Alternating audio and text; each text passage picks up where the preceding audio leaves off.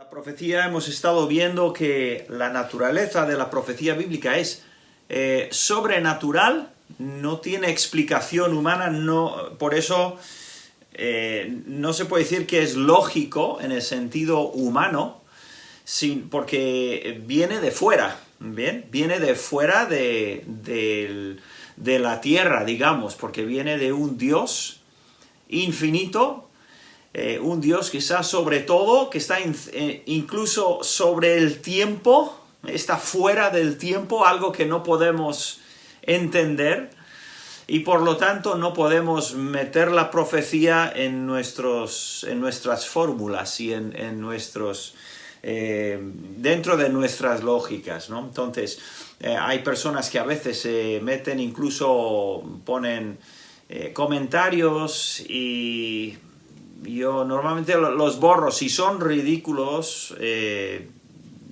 insensateces, ¿no?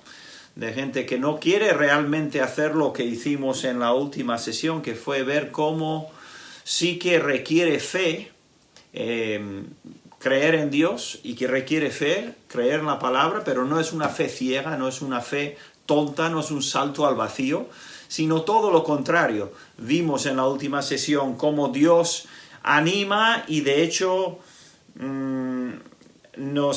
casi nos exige a usar la cabeza y a ver las pruebas que Él da para demostrar que realmente no solo existe, eso es una cosa, que Dios exista, pero otra cosa es que Dios ha hablado en la palabra de Dios, primero a través de los profetas, que tenemos el Antiguo Testamento.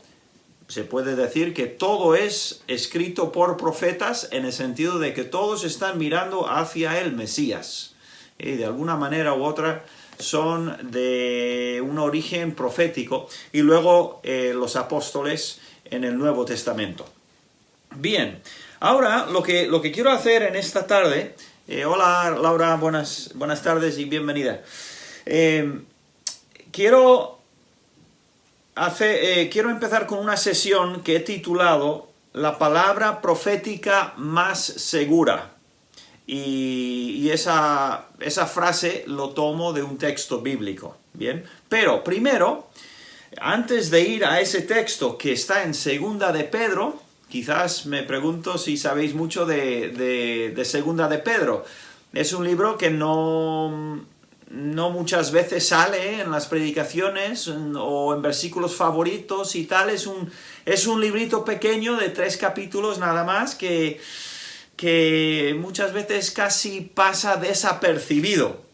Sin embargo, tiene tremenda enseñanza, y especialmente en este tema de la profecía. Pero hoy vamos a empezar en otro libro, que es el libro de Marcos. Y vais a ver luego por qué. Hola Josefa. Vais a ver luego por qué empezamos en este pasaje de Marcos. Así que si tenéis las Biblias, bien. Si no, hola Ana. Y si no, pues podéis escuchar. Pero yo voy a estar leyendo de Marcos, hola Rem, capítulo 9. Marcos capítulo 9.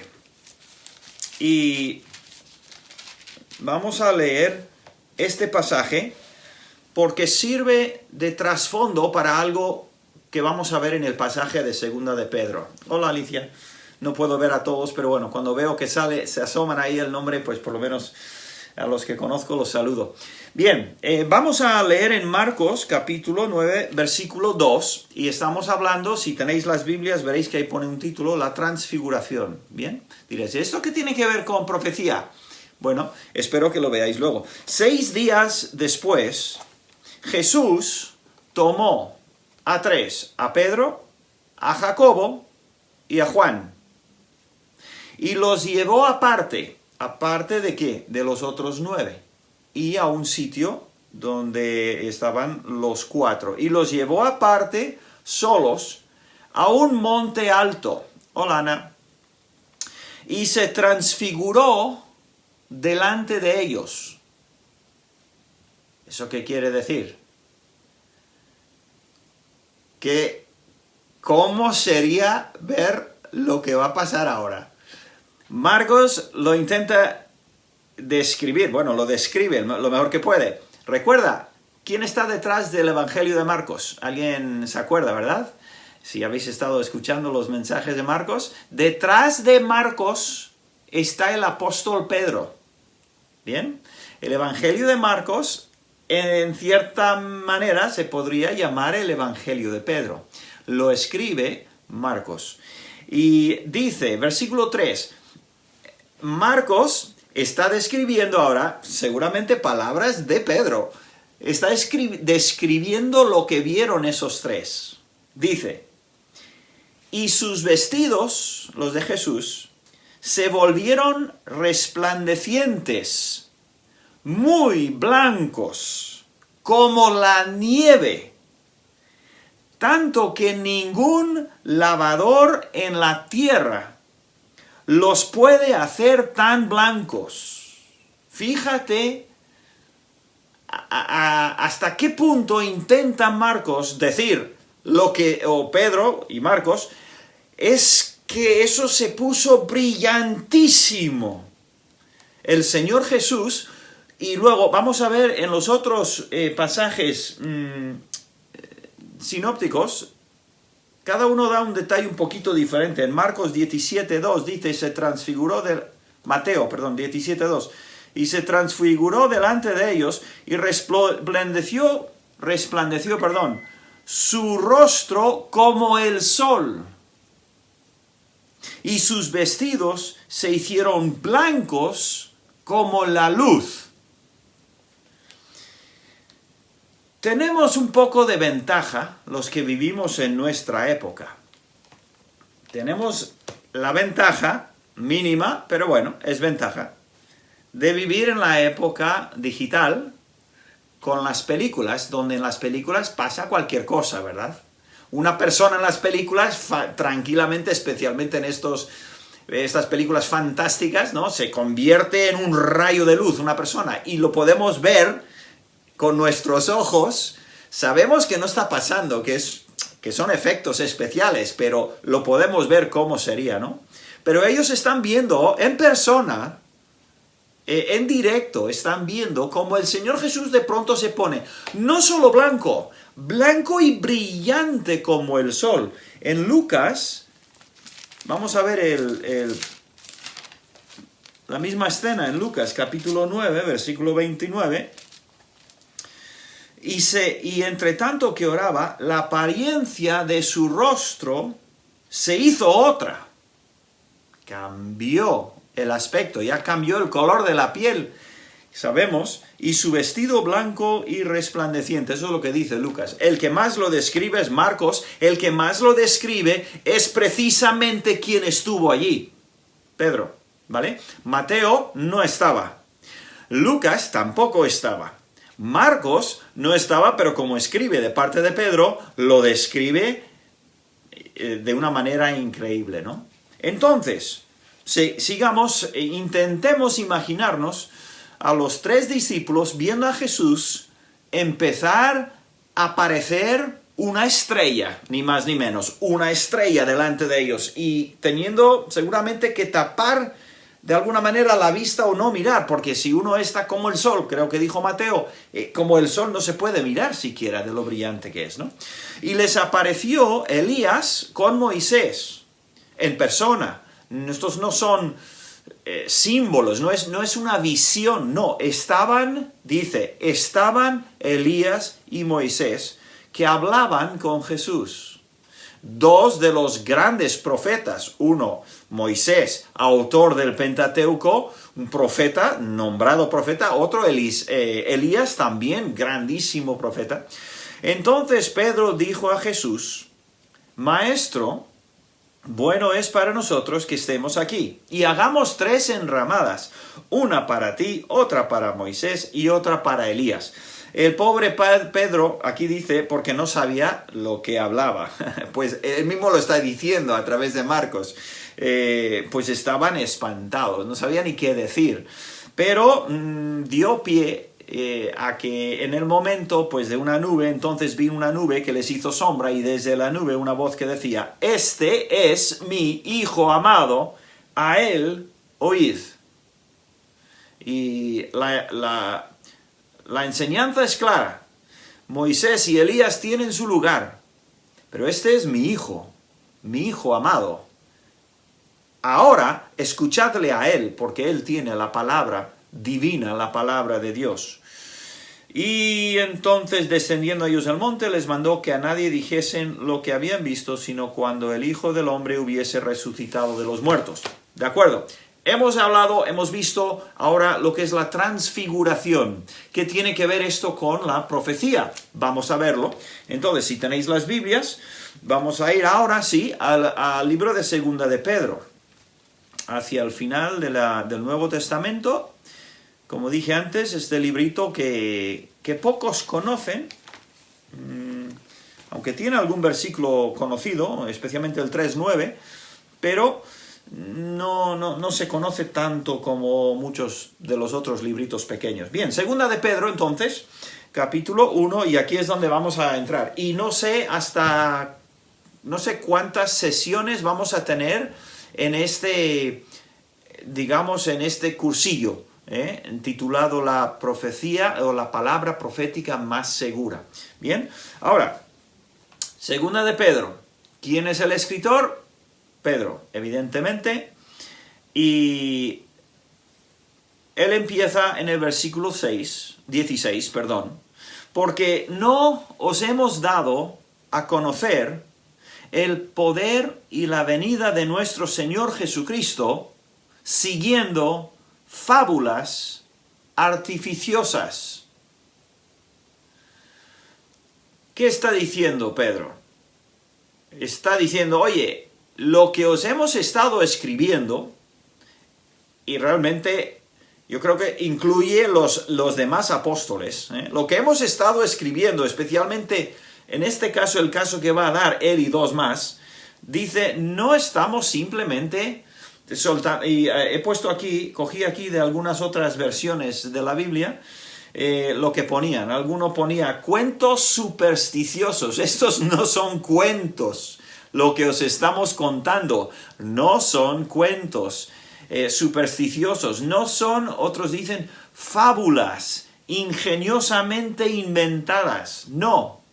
Dice, y las versiones más antiguas en el español dicen, fábulas, no son fábulas por arte compuestas. ¿Vale?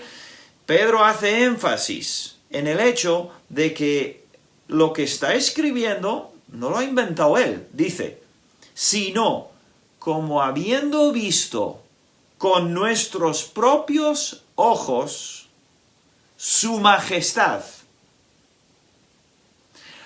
¿A qué se refiere?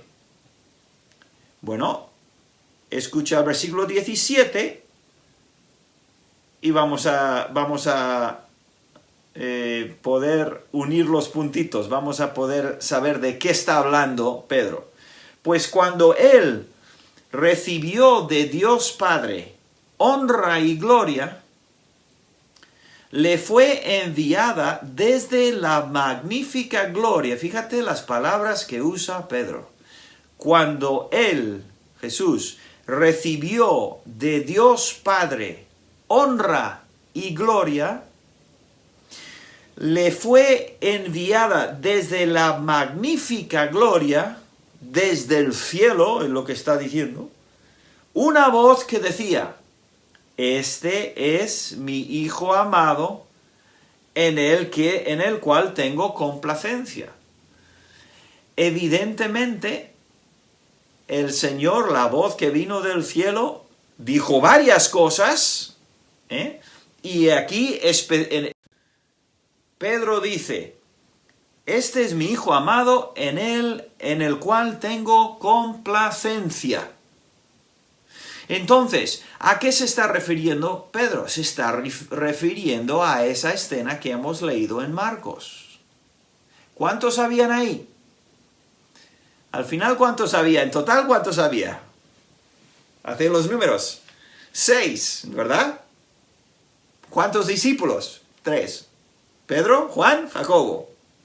Señor Jesucristo, 4. Y luego, Moisés y Elías, 6. Eran 6 al final. Y él dice en el 18, continúo, y nosotros oímos esta voz enviada del cielo cuando estábamos con él en el monte santo. Entonces, aquí, Pedro, muchos años más tarde, ¿bien? Seguramente 30 años más tarde, después de la transfiguración, unos 30 años más o menos más tarde, Pedro escribe a los creyentes con unos motivos muy especiales que iremos viendo y les dice, oye, o lo que os estamos escribiendo, esto no son cuentos, estas son cosas que vimos con nuestros ojos. Y si os acordáis, el siguiente libro en el Nuevo Testamento, ¿qué es? Después de 2 Pedro, ¿qué viene? Primera de Juan, ¿verdad? ¿Y qué hay en Primera de Juan? ¿Cómo arranca la primera epístola de Juan?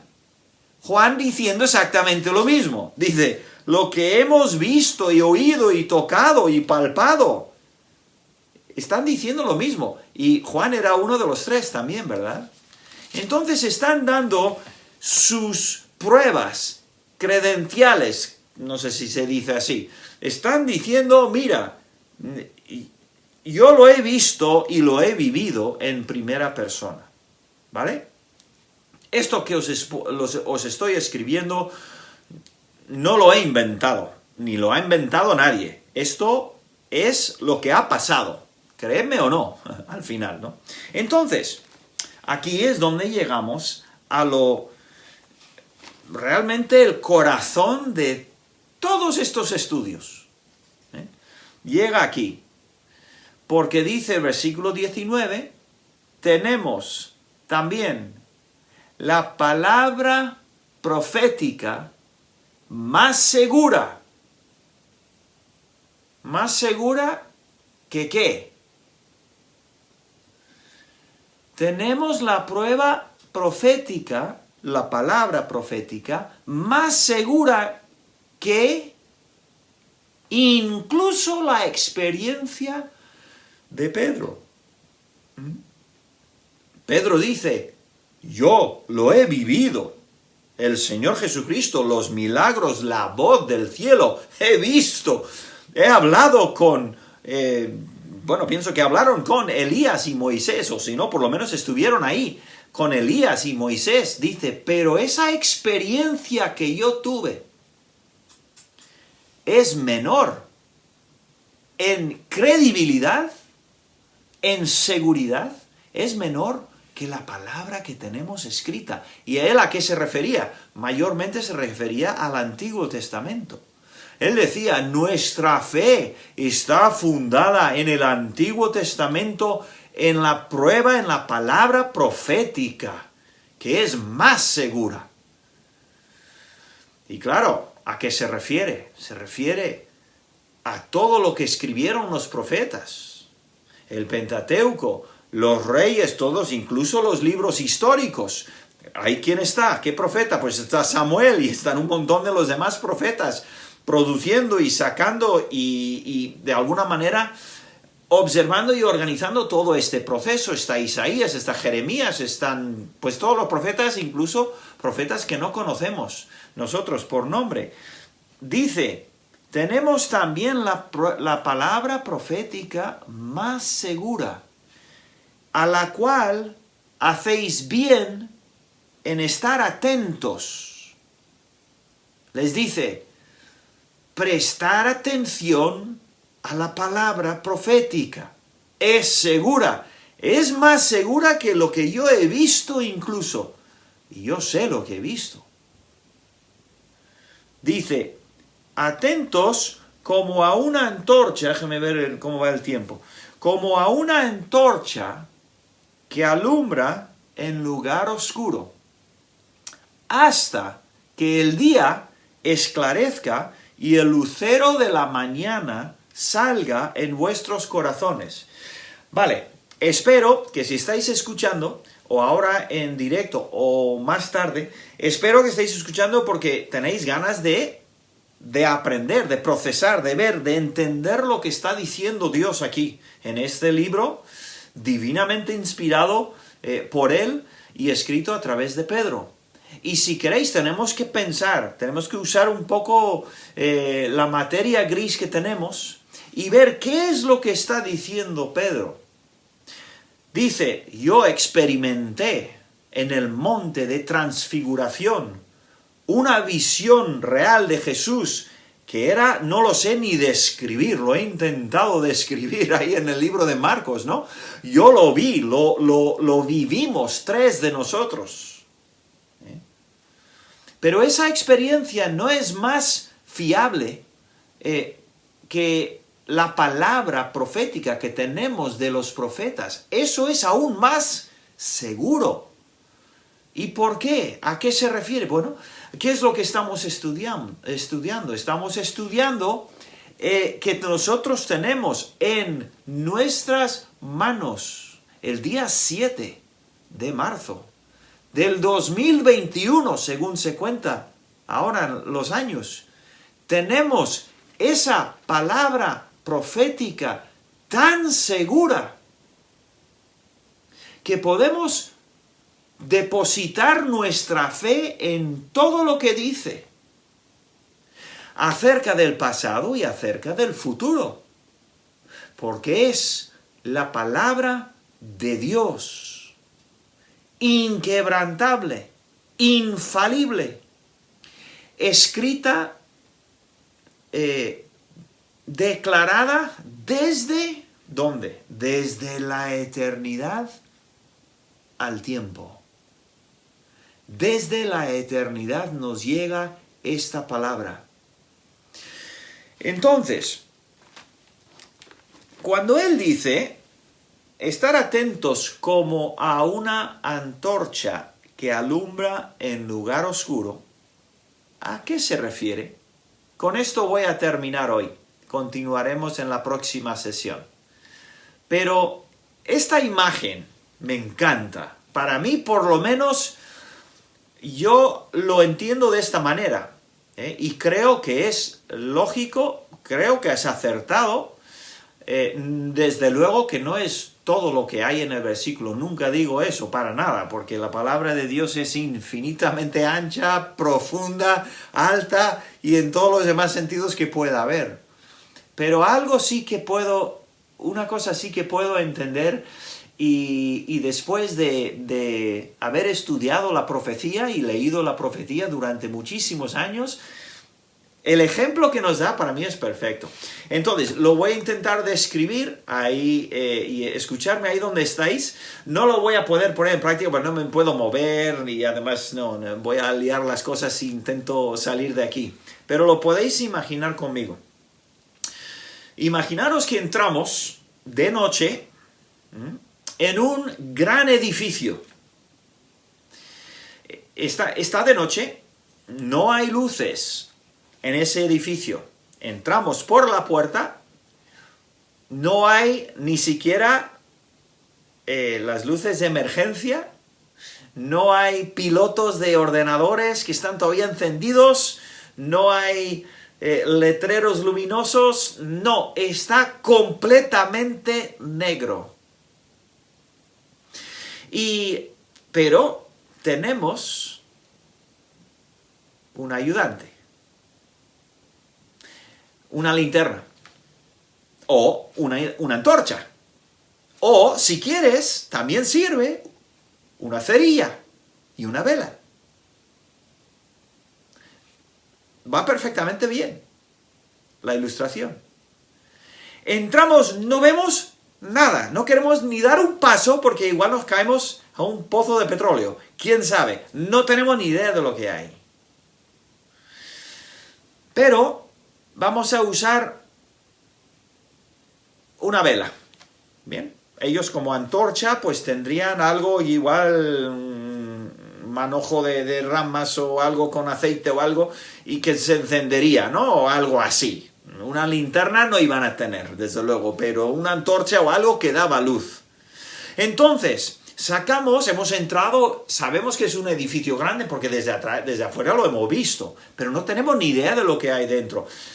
Cogemos la antorcha, cogemos una cerilla o de alguna manera encendemos la antorcha y de pronto tenemos luz. Pero claro, el edificio es enorme, enorme, enorme. Pero con esa luz, de pronto podemos ver algo. Hemos hecho en la iglesia alguna vez en años atrás, hemos tenido en la iglesia todo oscuro, enseñando algo acerca de la luz, y hemos puesto una cerilla, ¿no? ¿Y quién gana? ¿La luz, la cerilla, una cerilla pequeñita o la oscuridad? Pues cuando tú estás en un lugar oscuro, aunque sea nuestra iglesia, que es muy grande, nuestro local, aunque esté de noche, enciendes una cerilla, espera un segundito hasta que tus ojos empiezan a poder ver un poco mejor, y con una cerilla, es increíble lo que una cerilla le gana a la oscuridad. Mucha oscuridad, pero la cerilla es fuerte, y es solamente una cerilla. Pues con una antorcha empiezas a ver cosas y ves ahí, anda, un coche, yo veo un coche ahí, y hay también otro coche, y ahí, ¿qué hay? Eso es unas estanterías, yo no sé qué es eso, y empiezas a ver cosas, y te acercas un poco, pues sí, eso es un coche, y eso eso parece como latas o algo, y eso parece un cristal, pues hay algo detrás, no sé, y vas viendo cosas con esa luz.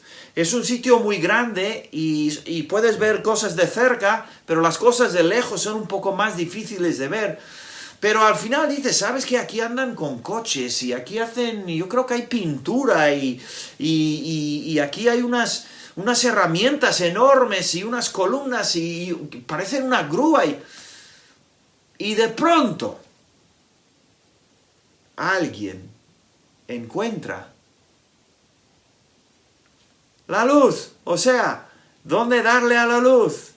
Y alguien le da el botón y ¡pum! De pronto todo el almacén está lleno de luz. Las luces se han puesto por todos lados.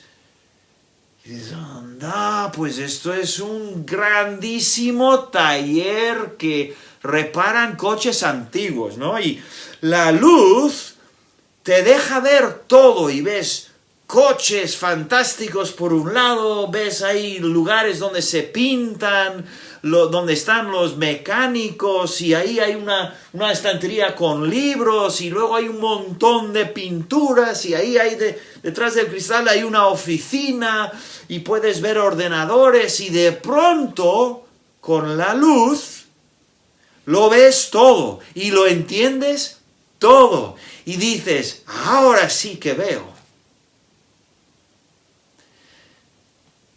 Este versículo dice que la palabra profética es como una antorcha. Deberíamos prestarle atención, dice Pedro, y además más que la experiencia que yo tuve. Entonces, la profecía como una antorcha, como una linterna, como una luz, como una farola o no sé cómo se dice, una de esas luces, unas lámparas, ¿no? que llevan. ¿Cómo es así la profecía? Pues la verdad es que es muy buena ilustración. Ya lo creo que sí. Y me encanta la ilustración tal y cual. Pero lo voy a dejar para la próxima vez. ¿Bien? Y vamos a entrar en esa ilustración. Pero aquí tenemos una antorcha, ¿vale? Y tenemos también hasta que el día esclarezca y el lucero de la mañana salga en vuestros corazones. ¿Y esto qué es? Evidentemente, en mi ilustración o lo que yo os he contado es cuando a alguien le da el interruptor, ¿no? ¡Pim! Y toda la luz y vemos todo en el taller y sabemos de qué va. ¿A qué se refiere todo esto? Bueno, eso vamos a ver la próxima vez, si Dios quiere, porque ya llevamos media hora y no quiero que se hagan más largos. Así que, si Dios quiere, dentro de 2 semanas tendremos la siguiente sesión, si es que el Señor no ha esclarecido todo ya. Eso habrá que ver. Muy bien, pues nada, gracias por los que habéis estado conmigo ahora en directo. Espero que habéis tenido un buen domingo y que tengáis una muy buena semana. Que Dios os bendiga. Hasta la próxima. Agur.